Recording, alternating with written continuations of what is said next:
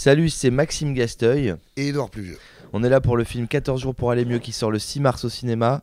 Et nous sommes sur Radio Campus dans The Cinema Show. The Cinema Show. The Cinema Show. The Cinema Show. The Cinema Show. The Steven Spielberg. The Cinema Show. Live from Las Vegas.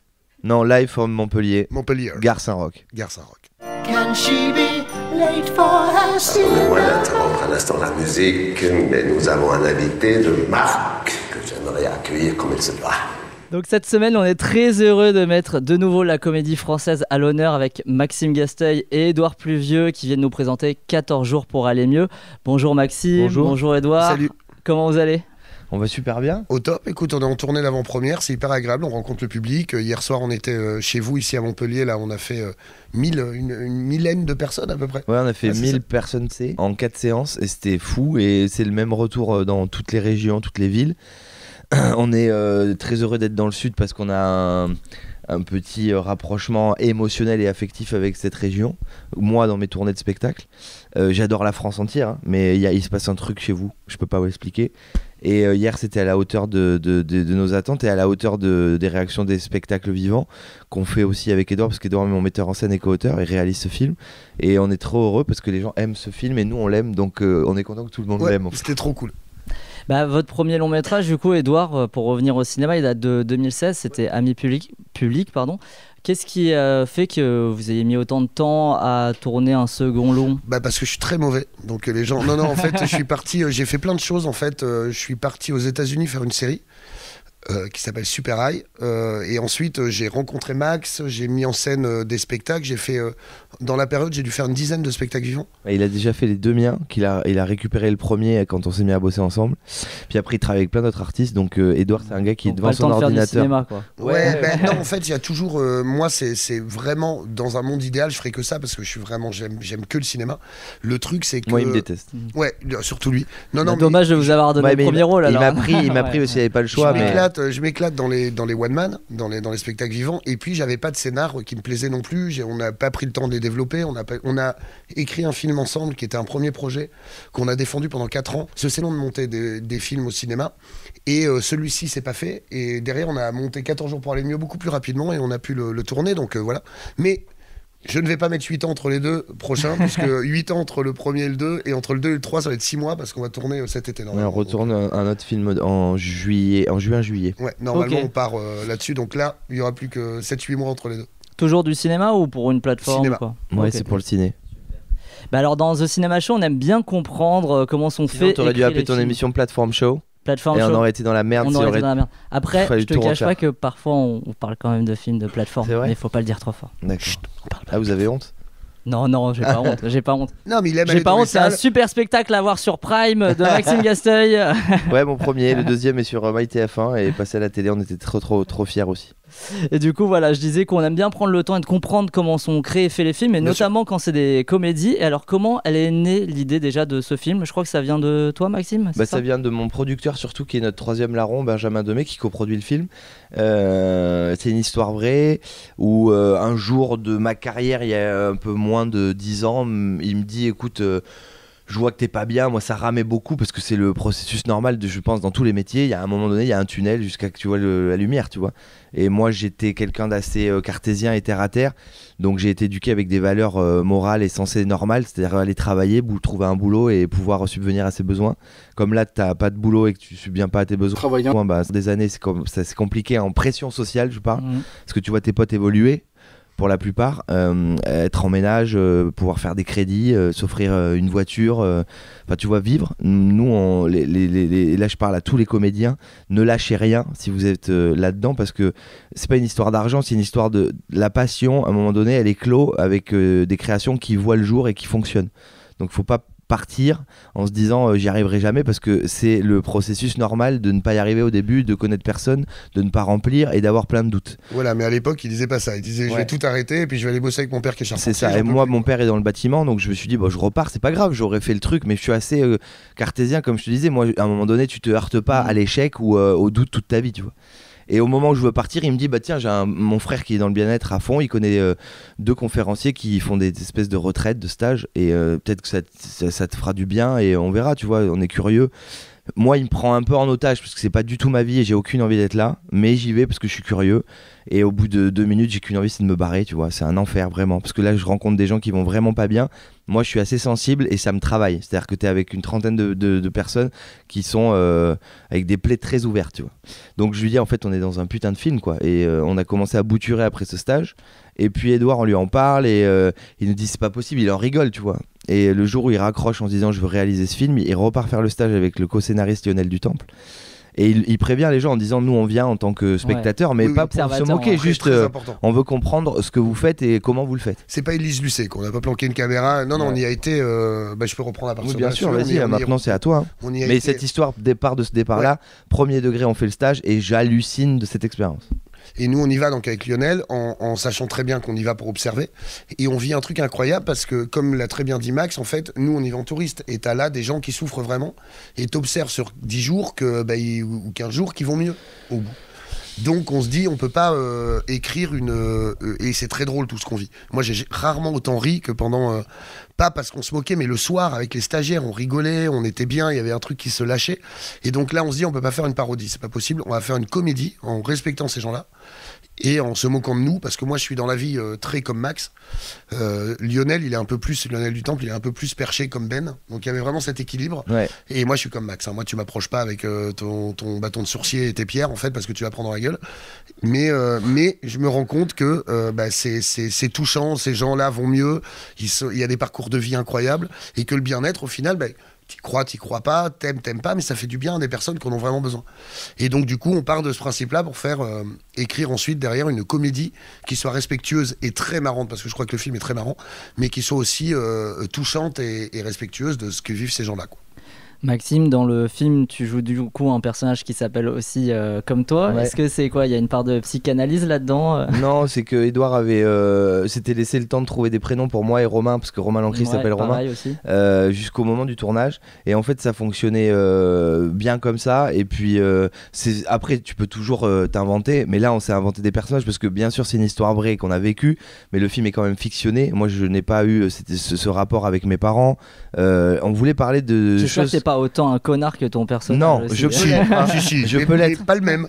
Parce que lui, quand il dit sur le stage, moi j'avais plein de préjugés. J'ai une énorme grande gueule et je me suis moqué moi au début. Faut être sincère, tu vois. Moi j'ai vu des gens faire des trucs, j'ai dit non les gars, en fait c'est pas ma vie du tout, quoi. Et après c'est vrai qu'avec le temps t'apprends à comprendre. C'est l'histoire d'un gars qui est en fait que dans le futur, que dans le paraître, dans remplir des objectifs de vie qui n'existent pas en fait, qui sont là, qu'on nous a mis dans le cerveau pour genre faire croire ça c'est la réussite. Et il tombe dans un cercle de gens qui eux sont dans le présent et qui veulent régler leurs problèmes en fait. Et lui il fait attention à personne à part à son bien-être à lui-même, tu vois. Et il repart de là, on sait pas s'il va mieux ou pas, mais en tout cas il repart de là bien sonné. Donc vous verrez le film. Mais... il va beaucoup mieux à la fin quand même. Ouais, il va mieux, mais il a surtout comblé un problème majeur, c'est le rapport à ses parents, quoi. Donc vous l'avez dit, vous êtes 3 à écrire ce film avec Lionel Dutemple. Est-ce que pour vous, voilà, une comédie, faut l'écrire obligatoirement à plusieurs? Qu'est-ce que ça apporte aussi d'écrire? Oui, je crois, mais nous, on vient de là en fait, on vient du spectacle vivant, donc forcément c'est un échange, un partage permanent. On écrit nos blagues la journée, on les teste le soir sur scène, donc c'est une histoire de groupe et de famille. Et Lionel, non, il y avait aussi un truc très important, c'est que le cinéma, c'est pas du spectacle vivant, t'as des structures, t'as des choses, et Lionel a une expérience que moi j'avais pas, en tout cas, malgré mon premier long et tout ça. Il en a fait beaucoup, et beaucoup de super comédies. Il a écrit Les Tuches, Tour Montparnasse Infernal, il a fait 15 ans Guignol. Donc c'était très très très cool et très enrichissant de bosser avec quelqu'un qui a une expérience qu'on n'a pas. Et voilà, mais oui, ça s'écrit à plusieurs la comédie. Enfin moi je crois, c'est plus marrant à écrire à plusieurs. Puis Lionel, il a un autre regard, c'est un mec hyper gentil, très éduqué, très introverti. Nous on est des natures un peu plus, enfin on nous entend en fait partout où on va, tu vois. Et il a ce truc. Pas remarqué pour le moment. Non mais non, parce que là tu nous poses des questions sensées, mais sinon on va faire des roulades, y a pas de souci. Non mais c'était ironique. Hein. Il avait très bien vu. Mais en fait, il a apporté un truc touchant au film. Moi je pense toujours que 4, 5, 6 têtes valent mieux qu'une. Je suis pas le partisan du mec qui se met dans le noir et qui prend un scénario de génie sans l'avoir fait lire à quelqu'un ou avoir pris un peu de tout le monde, tu vois. Je sais pas si ça existe. Pour écrire depuis 20 piges, je te dirais que 3 c'est pas mal. 3 c'est la meilleure config. Pour les spectacles on fait ça, tu vois, par exemple. Il y a Ben qui n'est pas là, qui coproduit, Benjamin Demey, qui lui aussi met sa patte sur mes shows. Et Edouard, lui, est vraiment le co-auteur historique et metteur en scène de mes spectacles. Mais Ben, c'est pareil, il nous apporte des trucs que nous, on ne pourrait pas apporter parce qu'il a une autre vision, une autre identité, quoi. Mais tu as toujours quelqu'un qui... moi, mon rôle, c'est de gérer la cohérence de l'ensemble. Tu vois, c'est vraiment plus ça. Bah, Edouard, tu parlais aussi de structure, tout ça. C'est vrai que votre film, il mélange beaucoup aussi d'archétypes propres à la comédie. Le personnage principal menteur, le buddy movie aussi avec le beau-frère. Ça nous touche, buddy movie, parce que c'est le projet vraiment. Ouais, bah on le sent, et d'ailleurs l'affiche, elle le met bien en avant, tout ça. Il y a aussi une galerie de personnages hauts en couleur qui sont rapidement esquissés, mais on les comprend tout de suite. Et donc ça, c'est assez propre à la comédie. Est-ce que vous avez conscience de tous ces codes-là dès le moment de l'écriture? Est-ce que vous en avez joué? Oui. Oui. Je pense, t'as des références en toi, t'as une cinéphilie, t'as vu des films, donc oui. C'est des codes sur lesquels on joue clairement dès le début. Ouais. Edouard, il a plein de marqueurs de sa vie aussi où il imprègne tout ce qu'il fait, tu sais, dans le cinéma américain et dans le cinéma français. Moi, j'ai grandi, je peux pas te garantir et te dire que je suis un bon dans le cinéma américain parce que j'ai très peu de connaissances là-dedans. En tout cas, dans la forme de réalisation, de montage et d'expérimentation du cinéma. Mais dans le cinéma français, mon rapport à la comédie, il a toujours été comme le film qu'on a voulu vous offrir, c'est-à-dire deux héros, un bon, un mauvais, ou deux guignols, quoi. Et ce qu'on voulait surtout, c'était un film choral. C'est-à-dire que, comme tu dis, tous ces personnages existent et on les a vus, donc on a voulu les faire transparaître dans le film du mieux possible. Et je trouve que ce cocktail fonctionne super bien.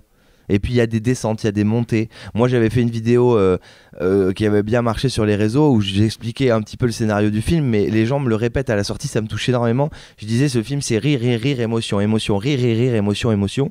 Et quand ils sortent, ils me font cette vanne les gens parce que je pense qu'ils passent à travers tout ça. C'est-à-dire qu'on rit, oui, mais il y a une histoire, il y a un fond. Pour moi c'est le plus important au cinéma et on raconte des choses. Ça doit être compliqué aussi de gérer du coup ce cocktail-là entre émotion et rire que vous vouliez avoir. Oui, mais moi je trouve pas ça compliqué parce que s'il n'y a pas l'émotion, j'ai pas de rire moi, personnellement. Donc j'ai besoin de ça comme socle. Et moi j'ai un truc assez mélancolique dans ce que j'écris. Je sais pas si tu as vu le dernier spectacle de Maxime, il est hilarant, mais il a un gros fond de mélancolie. Il y a un vrai trajet humain dedans et moi je trouve que ça me fait pas rire s'il n'y a pas ça. Donc pour moi c'est pas compliqué de gérer ça parce que c'est vraiment essentiel, quoi. Ouais. Et alors qu'est-ce qui fait T'as vu le je m'en bats les couilles de ta réponse. Non, vas-y, ouais, on passe à autre chose. Ça, en fait, t'as raison, mais pourquoi tu balances super. tout comme ça il était marqué. De toute façon, c'est Attends, je vais le refaire. Ouais, super. Oui, c'est vrai, je suis vraiment d'accord avec vous. Ta gueule. Vous avez dit, Moi, vous avez dit beaucoup de choses sensées, bravo. Et donc pour enchaîner tout de suite, non, qu'est-ce qui fait que là, ce projet-là, ça soit plutôt un film plutôt que par exemple, un spectacle, un sketch Parce que c'est pas la même grammaire et c'est pas la même histoire. Les spectacles, le sketch, on l'a fait.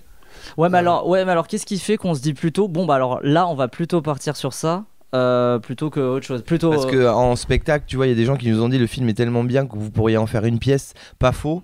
Mais si tu veux, moi, plonger dans ce décor qui n'appartenait pas à mon éducation et à ma curiosité, je me suis dit, mais il faut les embarquer là-dedans parce que tu voyages dans ce film. C'est-à-dire qu'on n'est pas en ville, dans Paris, on est vraiment dans un décor de campagne avec plein de spots. L'incarnation surtout, c'est que t'as Zabou Bretman, t'as Lionel Abelanski, t'as Romain Lancry. Ouais, et puis on a vu les gens. En fait, ce qui est dingue, c'est comme dit Edouard, avant d'écrire ce film, on voyait les acteurs qu'on voulait pour jouer les rôles enfin les vraies personnes dans la vie qu'on avait rencontrées. On a tout de suite, on est passé du réel à la fiction juste en faisant le truc, quoi. Non, mais c'est la grande différence avec le One Man, c'est cette multi-incarnation et d'aller chercher ce que le cinématographe, c'est d'aller chercher des talents complémentaires, fous, pour porter une histoire, quoi.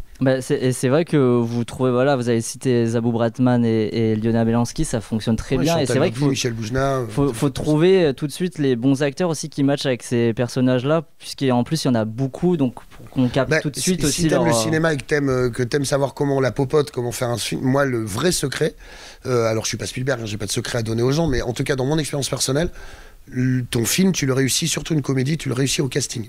C'est là que tu dois te prendre la tête. Vraiment, on prépare au casting de trouver les bonnes personnes. Parce que dès que tu as un rôle et que tu penses à un acteur, tu penses à 4 ou 5 acteurs, actrices différents, à chaque fois, ça ouvre un tiroir qui emmène le film dans une direction différente.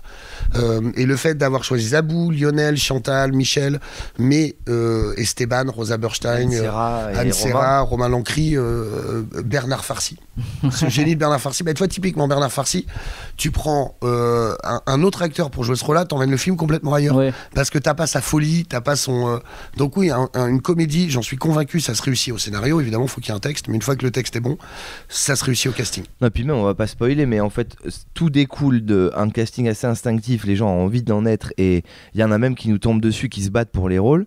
Et on spoil pas, mais Romain Lancry, il ressemble quand même très fort à Bernard Farcy et à Lionel Abelansky. Tous les trois ont des airs, alors que les mecs font 3 mètres et lui 1m50. Donc il y a des trucs assez marrants, assez organiques dans ce film, c'est ça qui est touchant aussi.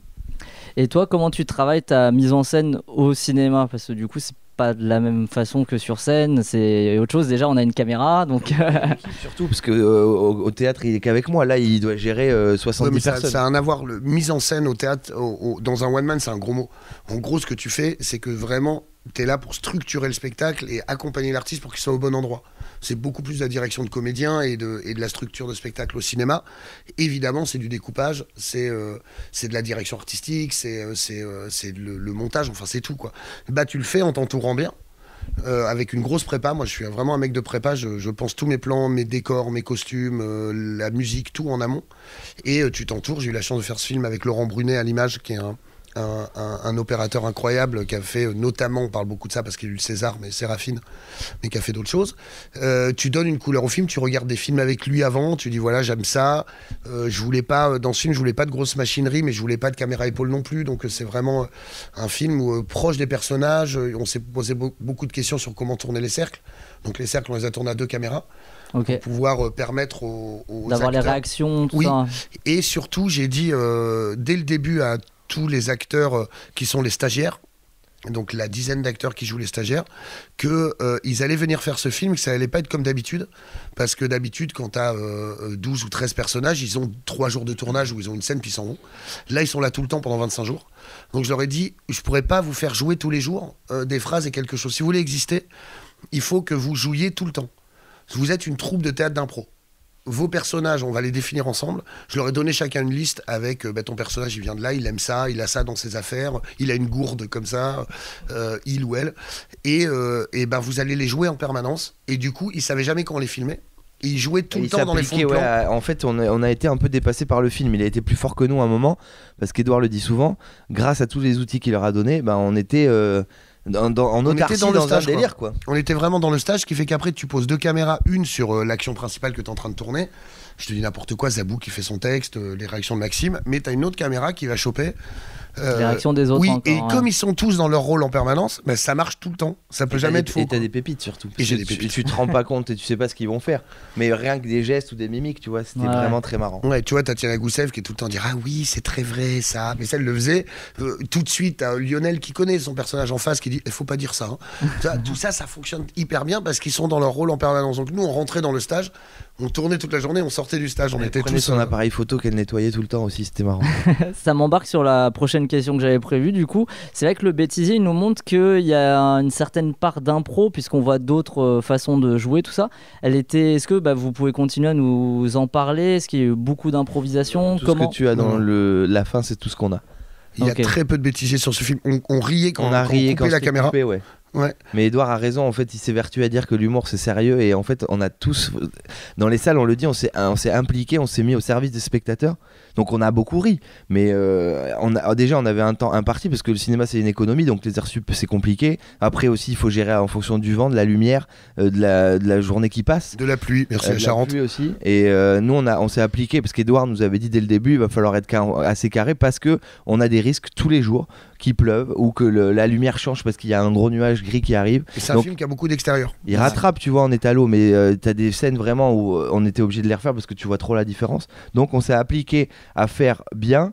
Ce que tu as en bêtisier, c'est que ce que tu vois à la fin. Et on a beaucoup ri. La chance qu'on va avoir, c'est du matériel qu'on a de making-of, mais entrecoupé des scènes qu'on va mettre sur les réseaux jusqu'à la sortie, là, où on s'est marré et les gens vont le voir parce qu'on était vraiment des potes en colonie de vacances. Mais non, le film, on a débourré, quoi. Et moi, ma méthode, elle est moins encourager l'impro que d'encourager les initiatives personnelles sur les rôles. Ça veut dire que une fois que ça a été dit, que tout le monde avait sa boîte à outils, en fait, quand t'es réalisateur, t'es comme un chef d'orchestre. mais t'es pas meilleur musicien que ton premier violon. C'est juste toi qui dirige. Mais quand le premier violon a un truc à te proposer, tu l'écoutes. Et donc là, c'était le cas. C'est-à-dire que une fois qu'on leur a donné toute leur boîte à outils, c'est pas dans les scènes qu'ils improvisaient, mais par exemple le matin, ils venaient me voir. Romain le faisait beaucoup. Zabou, on préparait énormément avec elle et Lionel les rôles. Mais ils venaient me voir le matin en disant, tu vois, aujourd'hui je dois jouer ça. Ben ça, je le dirais plus comme ça. Ou je crois que le personnage, il ferait plus ça. Je disais, fonce, vas-y. Là oui, à cet endroit-là oui, mais à l'intérieur des scènes il y avait peu d'impro en vrai. Il y en a eu un peu évidemment. Bernard Farcy par exemple fonctionne beaucoup à l'impro. Bernard, lui tu lui donnes un texte à apprendre par cœur, il va être mal à l'aise, non mais c'est vrai, il va pas être bien là-dedans. C'est pas un truc de mémoire ou quoi, c'est que c'est pas lui. Donc tu t'adaptes beaucoup aussi aux acteurs, tout ça. Mon Bernard, t'as compris le rôle? Il me disait oui, je dis fonce. Voilà. Et donc du coup, je lui dis les mots je m'en fous. Si t'as compris le rôle, ça va. Mais ça c'était pour Bernard. C'est pas le cas pour Zabou, c'est pas le cas pour Bernard, pour Romain Lancry, c'est pas le cas pour Maxime. Non, parce que moi je joue à l'oreillette, j'apprends pas mon texte, on me le souffle. Mais comme c'est plus simple comme ça. Ouais, bah, c'est surtout que je sais pas lire en fait. Donc, mais tu sais pas jouer non plus, donc c'est voilà, pas grave. Ouais. Bah tu donc, sais pas quoi finalement. Moi je vais y aller, je vais vous laisser. Ouais, je vous souhaite une très belle interview. Oui. Merci. Et il reste quelques questions en plus. Oui, mais il y en avait peu pour toi, je crois.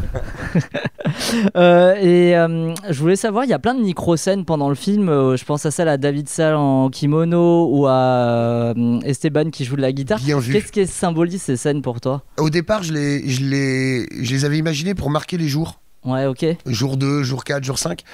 Et parce que je voulais faire des portraits justement dans l'heure de chacun, des stagiaires dans leur truc qu'ils font quand on les voit pas. Et puis au final, avec ma monteuse, à un moment, on a enlevé les jours. Et puis ça marchait hyper bien, je trouve. C'est-à-dire que ça donne, c'est des espèces de petites respirations un peu chelou. C'est plat en plus. Ça fait un truc un peu chapitré aussi. Ouais, oui, bah c'était ça, c'était pour mettre les jours. Mais du coup, on s'est dit, en fait, le jour 2 ou le jour 3 arrivait très tard dans le film. Et je me disais, mais les gens, en fait, ils vont se dire, mais on en est qu'au jour 3. Le film s'appelle 14 jours, ça va durer 16 heures. Tu connais ton sujet, toi? Bah ouais, oui. On parle cinéma. C'est agréable. On parle cinéma, on bosse. Hein, putain, t'as des rêves. Hein. C'est agréable. Bah, par contre, moi, j'ai une question, je vous le dis. Non, mais c'est pas toi qui poses les questions. Radio Campus. non, mais je vous le dis. Parce que lui, il a une bonnette rouge, un fil rouge. Moi, j'ai une bonnette jaune, un fil noir. Donc, on me met un fil jaune la prochaine fois. On fait un raccord. C'est en train de m'énerver. Tu sais, si tu veux investir dans la radio, il n'y a pas de souci, on achètera les. Un fil vert, enfin, respecte tes choses coordonnées. Moi, je suis bien, tu respectes les réalisateurs. Ouais, je vous avais dit à l'extérieur qu'il fallait mettre les fils, fallait les changer. Mettez les fils la couleur de la bonnette, bordel de merde. Non, mais bien vu d'avoir repéré ces petites virgules. On les appelait les virgules et je les adore. Et il m'en reste. Je les ai pas toutes mises dans le film. Il les garde, il se fait des films tout seul. Ouais, je les garde. Disney Plus est au générique du film. Qu'est-ce qu'a apporté cette plateforme et est-ce que ça vous a mis des contraintes supplémentaires? C'est tout bêtement du financement. Tu sais que comment se finance le cinéma aujourd'hui? T'as ton distributeur, ton studio, ta chaîne hertzienne sur laquelle tu passes en priorité en clair, la chaîne payante, voilà. Et donc maintenant les plateformes, à l'époque où t'avais que, tu faisais ton film avec ton distrib et puis TF1, France 2, France 3, M6 en chaîne hertzienne, puis Canal ou OCS, maintenant il y a aussi Netflix, Amazon, Disney+, qui financent du cinéma. Pour avoir leur place. Exactement. Et Disney, ils ont adoré le scénar, ils sont venus voir le film, ils l'ont kiffé, donc on est trop touchés parce qu'ils nous portent aussi. Exactement. Et moi j'adore cette plateforme, elle est très quali, on comprend ce qu'on peut regarder ou pas. Et c'est du financement, et pour répondre à ta question, zéro contrainte. Et ils découvrent le film après. Et on espère qu'ils aiment. Et en l'occurrence, ils ont adoré le film. Mais ils interviennent pas en prépa ou sur le tournage pour te dire. Et je crois que connaissant un peu l'identité des plateformes qu'on a en France, celle-ci pour le film c'est la bonne. Non pas, on travaillera avec Netflix et les autres, hein, mais là Disney a tapé dans le mille parce que le format et la qualité du film, je parle d'image et tout ça, c'est vraiment Disney, donc on est trop content. Et donc le film là, et on profite pour les remercier puisque on parle vraiment technique et cinéma aujourd'hui, a été financé par Wild Bunch, M6, OCS. Lolita Las Palmeras. Ça c'est les producteurs, oui, mais dans les financiers, Wild Bunch, OCS, M6, Disney+. Voilà. Ça fait une belle brochette. Et le département de la Charente. Ah bah oui. Et mon père aussi, qui a un petit chèque de 500 balles. Comme ça sur le tapis. Il manquait un truc sur les carrés régie. Et là sur un Kiss Bank, vite fait là pour compléter. Il voulait en être. Il a été refusé à la banque le chèque de ton père. Je t'avais dit pas ça sur Twitch. Non, mais je te dis. Son nom ne sera pas au générique. Thierry. On va sortir juste pour finir un petit peu sur cette interview, sortir un peu plus du film et parler de comédie plus en général. Vous portez quel regard sur la comédie française à l'heure actuelle? Là vraiment à l'heure actuelle il n'y a que mon film qui est bon, C'est vrai. non, non, on adore, on est friand de comédie. Moi, je t'avoue que mes références, en tout cas comédie française, sont un peu plus anciennes. Déjà parce que je suis plus âgé que vous, les gars. Donc j'ai 45 piges. Moi, j'ai grandi avec les films de Blier. C'est vraiment ça le cinéma qui m'a construit. Je suis un grand fan de Patrice Lecomte aussi. Je trouve qu'il a une carrière exceptionnelle. Il vient un peu comme nous de la scène, des débiles mentaux qui jouaient dans des théâtres qu'il a amené au cinéma. C'est un peu notre histoire. Puis derrière, il a pu faire des films comme Tandem ou Ridicule ou La fille sur le pont qui était plus différent. Exactement. Ouais. Tandem, c'est un de nos films préférés. Ouais, moi c'est mon film préféré. On essaiera de refaire pas mieux, mais aussi bien que lui un jour, parce que c'est vraiment des scénarios que j'adore. Tout le monde dit toujours je ferai mon tir au pantin. Moi j'aimerais bien faire mon Tandem en tant que metteur en scène. Moi j'ai les mêmes rêves qu'Edouard. Après je regarde aussi ceux qui rentrent là, et j'adore le Hollande, tu sais, le fils Hollande là, qui fait des films, pas du tout le fils Hollande, coupez ça, le fils Royal pardon, le fils de Ségolène Royal, qui a fait En passant pécho et Nouveau riche. Ok, oui. Et je trouve qu'il amène un truc, une couleur superbe au cinéma français, c'est sur la plateforme Netflix, hein, si vous voulez voir ses films. Avec un pote qui s'appelle Nassim, qui joue les rôles principaux de ses films. Tu veux aller Nassim Lies, qui est de Nîmes d'ailleurs. Ouais, c'est ça. Avec qui je suis pote, et ce mec me bute. Il s'est faire plein de trucs, c'est un appel du pied là. Tu veux aller tourner avec d'autres réels parce que t'es pas bien avec moi. Monsieur Royal, avec grand plaisir. C'est ça au prix. Non mais franchement, les nouveaux là qui arrivent, ils tuent parce qu'ils amènent une couleur, une image de dingue aussi. Et puis moi, je suis très admiratif aussi du parcours de Attends, parce que j'ai pas fini. Et le dernier film qui m'a buté, c'est Le sens de la fête de Toledano et Nakache, qui est dans notre veine, c'est-à-dire un film très touchant avec beaucoup de personnages, mais qui est marrant, et un film choral. Ouais, j'ai adoré ce film aussi, évidemment. Ouais. Et moi je suis très admiratif du travail de la bande à Fifi, parce que je trouve que c'est des gens ultra honnêtes qui font, ils te disent à aucun moment salut, je suis le plus grand réalisateur. Ils font juste leur truc entre eux, qui font marrer les gens. Babysitting, c'était quand même culte. Et je trouve qu'ils déroulent leur carrière de manière très impressionnante. Ouais, on les a reçus aussi dans le cinéma show. C'est vrai qu'on sent cette honnêteté aussi. Non, mais c'est des gens comme nous, dans le sens où ils sont honnêtes et bosseurs. Non, Philippe Lachaud m'a dit qu'il était pas du tout comme toi. Non mais si. Je l'ai croisé, il m'a dit alors je suis vraiment pas Édouard Pluvieux. C'est la première chose qu'il t'a dit même, je crois. Blague à part, il y a un truc que je reconnais, c'est l'honnêteté et le travail chez les gens, et je trouve que c'est ce qui manquait peut-être à un moment, et que maintenant on est une génération de faiseurs et de bosseurs quoi. Après ces mecs là, tu vois, tu pourras dire ce que tu veux et t'entendras tout. Les chiffres parlent et le succès de leur film, donc longue vie à eux, et qui continuent parce que ça fonctionne. Donc il y a pas de, comme disait Édouard, le public c'est notre juge et notre patron. Donc si ces films fonctionnent, c'est que le public aime ces films. Et quelqu'un que je connais très bien aussi, qui s'appelle Kev Adams, avec qui j'ai fait mon premier long métrage, qui est un mec impressionnant de qualité, de travail, d'honnêteté, et qui prend des risques énormes avec des gros films. Et là, il a Maison de retraite 2 qui va être un gros succès, je pense. Donc voilà, moi je suis aussi très admiratif de son parcours. Là, on a parlé de tout ce qui vous rassemblait, mais est-ce que votre film, là, 14 jours pour aller mieux, en quoi il se différencie des autres comédies françaises, selon vous ? Je pense parce que c'est pas un film où tu tapes sur les cuisses pendant 1h30 et on parle encore de cinéma, ça s'appelle de cinéma show. Le cinéma, c'est une histoire. Là, on embarque les gens dans une histoire, on fait pas un film à sketch, on a fait du cinéma. Donc on est au cinéma, et je pense qu'on mérite de l'être, et ce film est crédible au cinéma. Il y a souvent la peur et la crainte de tous les gens qui sont dans cette industrie de l'humoriste, qui commence à sortir sa tête de l'eau parce qu'il a du succès, qui veut faire un film. Là, Édouard, il m'a pas amené du tout là-dedans, parce que tu l'as vu, et on n'est pas sur Maxime Gasteuil qui fait la mouche qui pète pendant 3 heures. On est sur un gars qui essaye de donner le meilleur de lui-même dans un rôle qu'on lui a donné et offert. Un premier rôle avec des acteurs de fou. Moi j'irai voir ce film parce que l'histoire est belle, elle est marrante, un casting impressionnant, et qu'il a raison, Édouard, en fait on est là pour le défendre et on est assuré de notre film. On a fait le meilleur film de comédie de cette année-là. Ah bah ça c'est sûr. Et j'espère des 10 prochaines. Blague super à part. Je sais pas, c'est plus à toi de me dire. Moi je pense que j'ai fait une comédie un peu à côté du marché, dans sa forme, dans sa narration, dans même ses couleurs, ses optiques, ses cadres.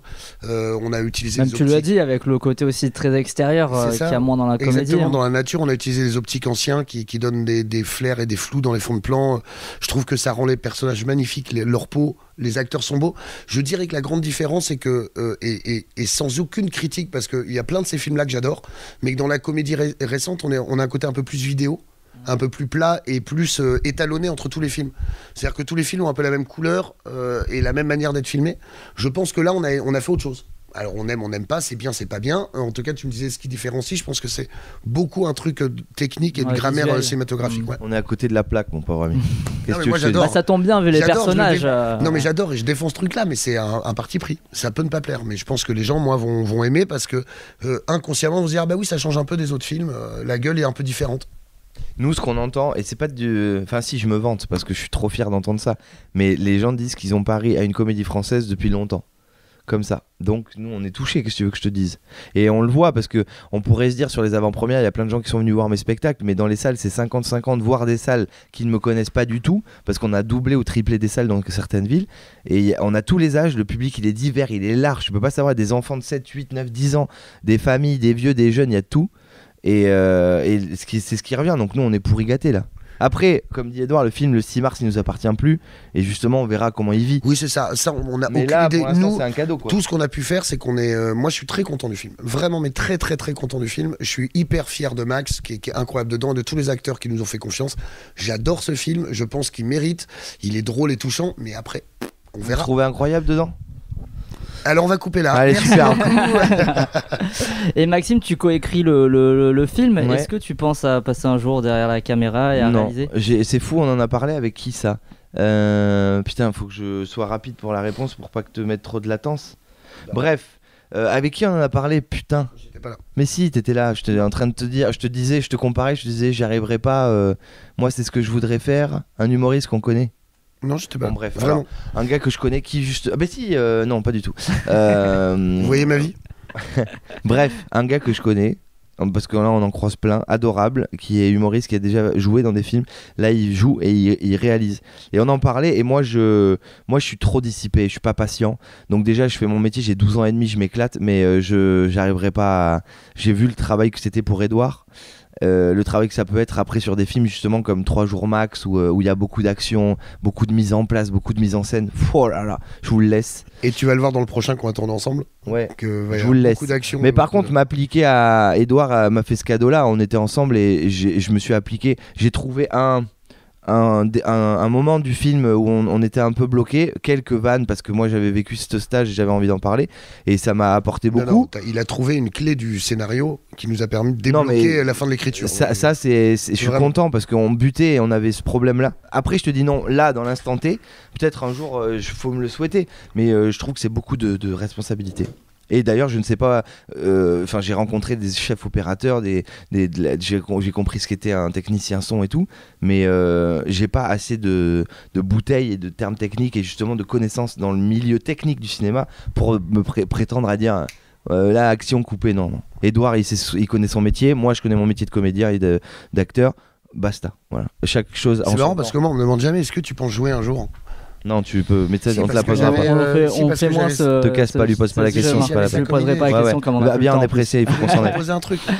On termine toujours par la même question dans un cinéma show. Cette question, c'est la suivante. C'est quoi le dernier film que vous avez vu peut-être au cinéma ou à la maison et qui vous a marqué et que vous voudriez recommander? Moi c'est Anatomie d'une chute que j'avais pas encore vu et que j'ai vu il y a 2 jours. Voilà, donc évidemment vous l'avez vu, j'imagine, vous êtes très cinéphile, mais les gens qui l'ont pas vu, foncez, c'est vraiment un film ultra intéressant. Moi j'en ai 2, c'est Cash avec Quenard, ouais. Qui est ouf parce que c'est ma life en fait, c'est les trucs life. Ouais. Ma vie, c'est ma vie. J'aime bien dire life. Putain, il faut vraiment qu'il se casse ce mec. Hein. Ouais, on aurait dû la faire. Non, mais c'est ma vie de provincial en déclin où t'es dans un endroit où il y a rien.